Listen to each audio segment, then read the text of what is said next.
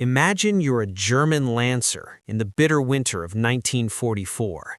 Your supplies are gone, your Karabiner 98K is slow, and the Americans are pushing you back with a volume of fire you can't even comprehend.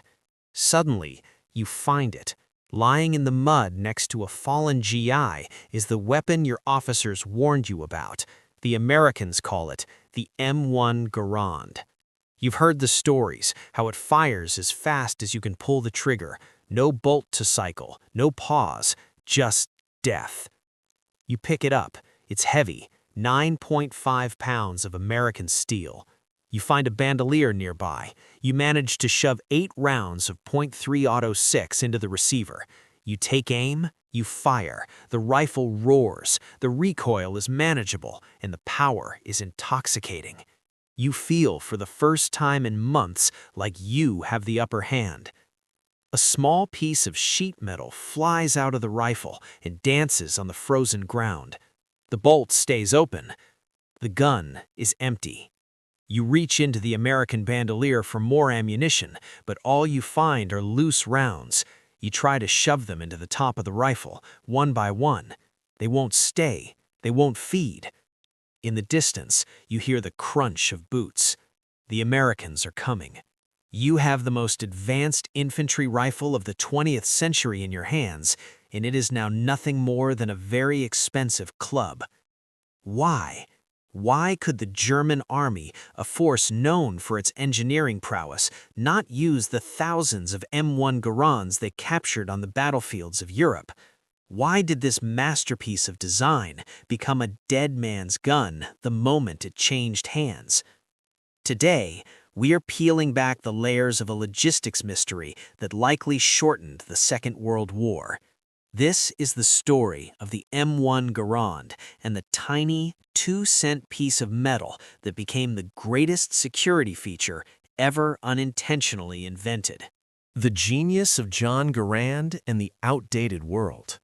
To understand why the Germans were paralyzed by a captured M1, we have to look at what the rest of the world was carrying in 1936. When the United States officially adopted the M1 Garand, the great powers of Europe were essentially fighting with upgraded versions of rifles their grandfathers used in the 1890s. The British had the Lee Enfield, the Germans had the Mauser 98K, the Soviets had the Mosin Nagant. All of them were bolt action. Think about the physics of a firefight. Every time a German soldier fires a shot, he has to move his hand from the trigger, grab a bolt handle, lift it, pull it back, push it forward, and lock it down. In those 2 seconds, his eyes leave the sights. His aim is broken. Enter John Cantius Garand, a Canadian-born machinist who spent 15 years at the Springfield Armory obsessed with one goal: giving the American soldier a semi-automatic advantage. Garand wasn't just building a gun, he was building a system. His design used the gas from the fired bullet to push an operating rod, which did the work of the human hand. It ejected the old casing and slammed a new one home in milliseconds. When American troops first landed in the Pacific and Europe, the Japanese and Germans were genuinely confused. They reported that every American private seemed to be carrying a machine gun. A single U.S. platoon could produce the wall of lead that usually required an entire German company. General George C. Patton called it the greatest battle implement ever devised, and he was right. But buried within this genius design was a requirement that made the Garand a members-only club. That requirement was the N-block clip. The N-block clip, a logistic iron curtain. Most people confuse a clip with a magazine. In World War II, most semi-automatic rifles, like the German Gewehr 43 or the Soviet SVT-40, used detachable box magazines. You know the type, a metal box you swap out when empty. But the U.S. Army in the 1930s was terrified of magazines. They thought soldiers would lose them, or they'd get dented and jam the gun. They demanded a rifle with a fixed internal magazine. John Garand's solution was the N-block clip. The word N-block comes from French, meaning all at once or as a whole. Instead of loading individual bullets into the gun, the bullets were held together by a spring steel clip. You shoved the entire clip, metal and all, into the gut of the rifle. The clip became part of the gun's internal machinery. And here is where the German problem begins. The M1 Garand is a hungry beast. It only eats packaged meals. If you have a handful of loose bullets, you can't just drop them in and fire. The internal springs of the Garand are designed to push against the metal clip, not the individual brass casings. For an American soldier, this was a dream. His ammunition came pre-loaded in these clips, tucked into cloth bandoliers. He didn't have to fumble with loose rounds in the mud. He just grabbed a clip, slammed it in, and kept shooting. But for a German soldier who found a captured Garand, he was entering a logistical nightmare.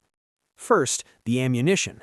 The American 30-06 round is not the same as the German 7.92mm Mauser. They aren't interchangeable. Even if a German soldier found a crate of captured American ammo, it was often loose in boxes. Without that specific 2-cent piece of stamped American sheet metal, the N-block clip, the rifle was effectively a single-shot weapon that was nearly impossible to reload under fire.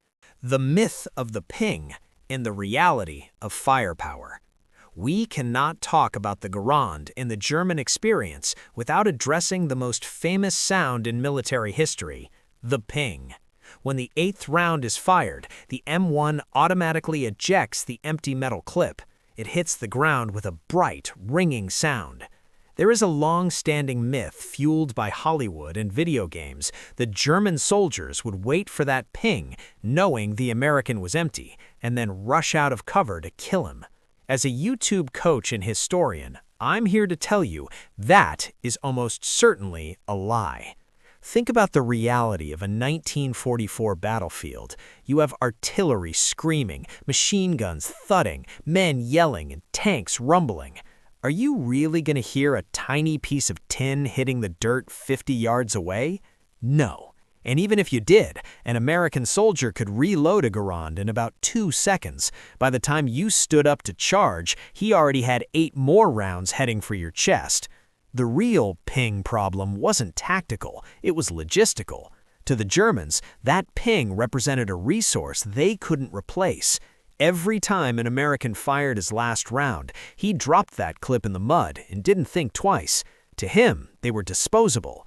But Germany was a nation of recyclers. Their entire military philosophy was based on conserving brass and steel. They didn't have the industrial capacity to mass-produce disposable clips for a captured weapon. Even their own semi-automatic rifle, the Gewehr 43, was plagued by shortages. They couldn't even keep their own men in magazines, let alone manufacture American-style N-block clips for captured Garands. This meant that the M1 Garand was logistically encrypted. It was a weapon that required a massive, thriving industrial base just to keep it fed. The legacy of a masterpiece. There is a final, bittersweet layer to this story.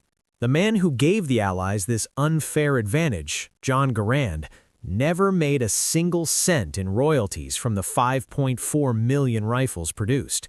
He was a humble civil servant. He signed over all his patents to the U.S. government for free.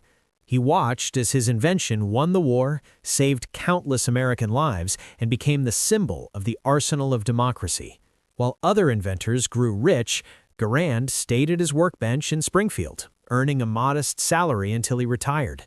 The M1 Garand stayed in service through the Korean War and into the early days of Vietnam. It was eventually replaced by the M14, which was essentially just a Garand with, finally, a detachable magazine. So why couldn't the Germans use the M1? Because the Garand wasn't just a rifle, it was the end result of a specific American philosophy. Quantity has a quality all its own, but only if you have the logistics to back it up. The M1 Garand was a weapon of the future, held back by a tiny piece of sheet metal that acted as a key. If you didn't have the key, you couldn't start the engine. The Germans had the rifles, they sometimes had the ammo, but they never had the system. When you see a Garand today at a museum or a gun show, look at the top of the receiver. Imagine that German soldier in 1944 holding the most powerful rifle in the world and realizing he was powerless because he lacked a 2-cent clip. History isn't just made by generals or politicians. Sometimes it's made by a machinist in a factory, a specific caliber of brass, and a tiny ping that signaled the end of the bolt-action era. If you found this dive into military history fascinating, hit that subscribe button and ring the bell. We tell the stories of the machines and the men that changed the world every single week. Leave a comment below. If you were in that foxhole in 1944, would you trust the ping or would you stay down?